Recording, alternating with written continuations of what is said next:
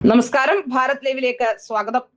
Love ജിഹാദ് എന്ന വാക്കിൽ VHP നേതാവിനെ കുരുക്കാൻ ശ്രമം നടത്തുകയാണ് കേരളത്തിലെ ഇടതുപക്ഷവും മതമൗലികവാദികളും ചേർന്ന്.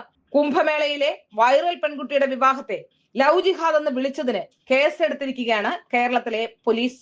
കുംഭമേളയിലൂടെ സോഷ്യൽ മീഡിയയിൽ ശ്രദ്ധേയായ പെൺകുട്ടിയുടെയും ഫർമാൻ എന്ന മഹാരാഷ്ട്ര സ്വദേശിയായ മുസ്ലിം യുവാവിന്റെയും വിവാഹം, അതിനെ ലവ് ജിഹാദ് എന്ന് വിളിച്ചതിന് VHP നേതാക്കൾക്കെതിരെ പോലീസ് കേസെടുത്തു. കുംഭമേളയിലെ ഈ പെൺകുട്ടി തന്നെ നൽകിയ പരാതിയിലാണ് കേസെടുത്തിരിക്കുന്നത്. VHP സംസ്ഥാന ജനറൽ സെക്രട്ടറി അനിൽ വെളിയിൽ ഉൾപ്പെടെ 5 പേർക്കെതിരെയാണ് എറണാകുളം സെൻട്രൽ പോലീസ് കേസെടുത്തത്. ലവ് ജിഹാദ് നടത്തി തട്ടിക്കൊണ്ടുപോയെന്ന് അപകീർത്തിപ്പെടുത്തിയതിനാണ് പെൺകുട്ടിയുടെ പരാതി. പ്രായപൂർത്തിയാകാത്ത പെൺകുട്ടിയെ വിവാഹം കഴിക്കുന്നത് ഒരു മുസ്ലിം യുവാവാണ് എന്ന കാരണത്താൽ CPM നേതൃത്വത്തിലുള്ള സർക്കാർ ആ വിവാഹം നടത്തി കൊടുക്കുന്നു. ഇതാണ് സർക്കാർ സ്പോൺസേഡ് ലവ് ജിഹാദ്. ഇതാണ് യഥാർത്ഥ കേരള സ്റ്റോറി. ഹിന്ദു ഐക്യവേദിയുടെ RV ബാബു ഈ ആരോപണം തന്നെ ഉന്നയിക്കുകയും ചെയ്തിരുന്നു. കേരളത്തിൽ ജിഹാദ് എന്ന വാക്ക് ഉപയോഗിക്കുന്നതിനെതിരെ ശക്തമായ നീക്കമാണ് മറുവിഭാഗം നടത്തുന്നത്. ഇതിനു പിന്നിൽ ചില മതമൗലിക സംഘടനകളുടെ ആസൂത്രിത നീക്കമുണ്ടെന്ന് കരുതപ്പെടുന്നു. ലവ് ജിഹാദുമായി ബന്ധപ്പെട്ട് നിർമ്മിച്ച കേരള സ്റ്റോറി എന്ന സിനിമയുടെ 1ാം ഭാഗം കേരളത്തിൽ പ്രദർശിപ്പിക്കുന്നതിൽ വലിയ എതിർപ്പായിരുന്നു. കേരളത്തിൽ ലവ് ജിഹാദ് ഉണ്ടെന്ന് ആരോപിച്ചതിന് ക്രിസ്ത്യൻ സംഘടനയായ കാസയ്ക്കെതിരെ ശക്തമായ പ്രതിഷേധമാണ് നടക്കുന്നത്. ലവ് ജിഹാദും നാർക്കോട്ടിക് ജിഹാദും കേരളത്തിൽ യാഥാർത്ഥ്യമാണെന്ന് പാലാ ബിഷപ്പ് ജോസഫ് കല്ലറങ്ങാട്ട് 2021 ശക്തമായി ആരോപണം ഉന്നയിച്ചിരുന്നു. കുംഭമേള പെൺകുട്ടിക്ക് 18 വയസ്സ് തികഞ്ഞിട്ടില്ലെന്നാണ് അനിൽ വെളിയിൽ ആരോപിച്ചത്. പെൺകുട്ടിയുടെ ജനന സർട്ടിഫിക്കറ്റ് പ്രകാരം 16 വയസ്സേ പെൺകുട്ടിക്കുള്ളൂവെന്നും അനിൽ വെളിയിൽ ആരോപിച്ചിരുന്നു.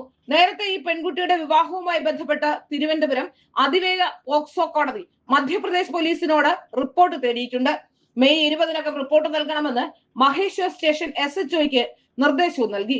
വിവാഹത്തിന് നേതൃത്വം നൽകിയ CPM സംസ്ഥാന സെക്രട്ടറി MV ഗോവിന്ദൻ അടക്കമുള്ളവർക്കെതിരെ പോക്സോ കേസെടുക്കണമെന്ന ഹർജിയിലാണ് നടപടി. അഭിഭാഷകനായ P നാഗരാജാണ് ഹർജി നൽകിയത്.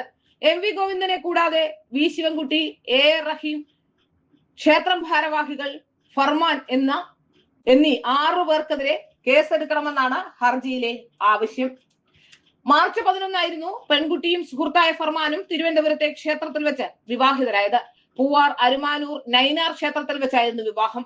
കുടുംബം വിവാഹത്തിന് തടസ്സം നിൽക്കുന്നുവെന്ന് ആരോപിച്ചാണ് ഇരുവരും കേരളത്തിലെത്തിയത്. മധ്യപ്രദേശിലെ ഇൻഡോർ സ്വദേശിനിയാണ് പെൺകുട്ടി. മഹാരാഷ്ട്ര സ്വദേശിയാണ് ഫർമാൻ ഖാൻ. ഇരുവരും തമ്മിലുള്ള ബന്ധത്തെ പെൺകുട്ടിയുടെ കുടുംബം ശക്തമായി എതിർത്തിരുന്നു. പിതാവ് മറ്റൊരു വിവാഹത്തിന് നിർബന്ധിക്കുന്നതായും അതിനാലാണ് സഹായം നേടി പോലീസ് സ്റ്റേഷനിലെത്തിയതെന്നും പെൺകുട്ടി പോലീസിനോട് പറഞ്ഞിരുന്നു. അതേസമയം ഈ പെൺകുട്ടിക്ക് 18 വയസ്സ് തികഞ്ഞിട്ടില്ലെന്നും ഈ കാര്യത്തിൽ വിശദീകരണം തേടാൻ പെൺകുട്ടിയെ ചോദ്യം ചെയ്യണമെന്നും ആവശ്യപ്പെട്ട് മധ്യപ്രദേശ് പോലീസ് കേരളത്തിൽ വന്നിട്ടും ഈ പെൺകുട്ടിയെ കേരളത്തിൽ നിന്ന് വിട്ടുകൊടുത്തിരുന്നില്ല. 1 മാസം ഗർഭിണിയായതിനാൽ ചോദ്യം ചെയ്യാൻ കഴിയില്ലെന്നായിരുന്നു ഭർത്താവായ ഫർമാൻ പ്രതികരിച്ചത്. വിവാഹശേഷം ഭർത്താവും പെൺകുട്ടിയും ഒളിവിലാണ്. എന്നാൽ ഇന്നലെ ആ പെൺകുട്ടിയെ കൊണ്ടുവന്ന് വാർത്താ സമ്മേളനം നടത്തിക്കുകയും മാധ്യമങ്ങൾക്ക് മുന്നിൽ പ്രദർശിപ്പിക്കുകയും VHP നേതാക്കൾക്കെതിരെ അടക്കം കേസെടുക്കാൻ വേണ്ടി പരാതി നൽകുകയും ചെയ്തു എന്നത് അത്യന്തം ഗൗരവത്തോടെ തന്നെ കാണണം.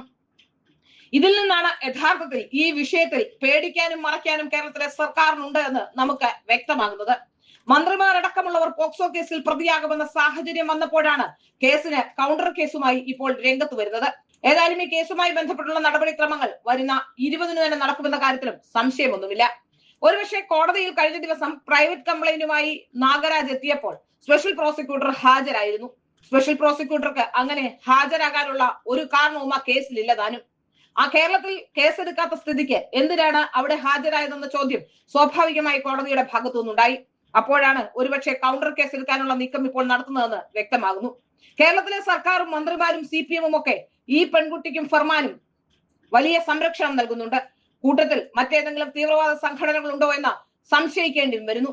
ഇതിൽ നിന്നാണ് വളരെ കൃത്യവും വ്യക്തവുമായി പല കാര്യങ്ങളും നമുക്ക് ബോധ്യമാകുന്നത്.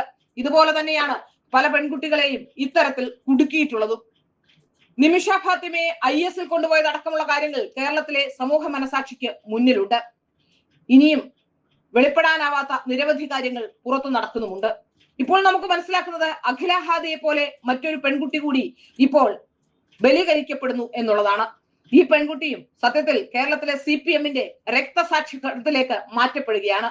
കേരളത്തിലെ സർക്കാർ നിലനിർത്താനും 10 വോട്ടിനും വേണ്ടി ഇതാണ് യഥാർത്ഥ കേരള സ്റ്റോറി എന്ന് വരുത്തി തീർക്കാൻ വേണ്ടി ഇവിടുത്തെ CPM-കാർ ചെയ്ത ഏറ്റവും വലിയ ക്രൂരതയായി തന്നെ ഇതിനെ കാണണം എന്നുള്ളതാണ് കേരളത്തിലെ സാധാരണക്കാരായ ജനങ്ങളുടെ മനസ്സിൽ തന്നെ ഉരുത്തിരിയുന്ന കാര്യം.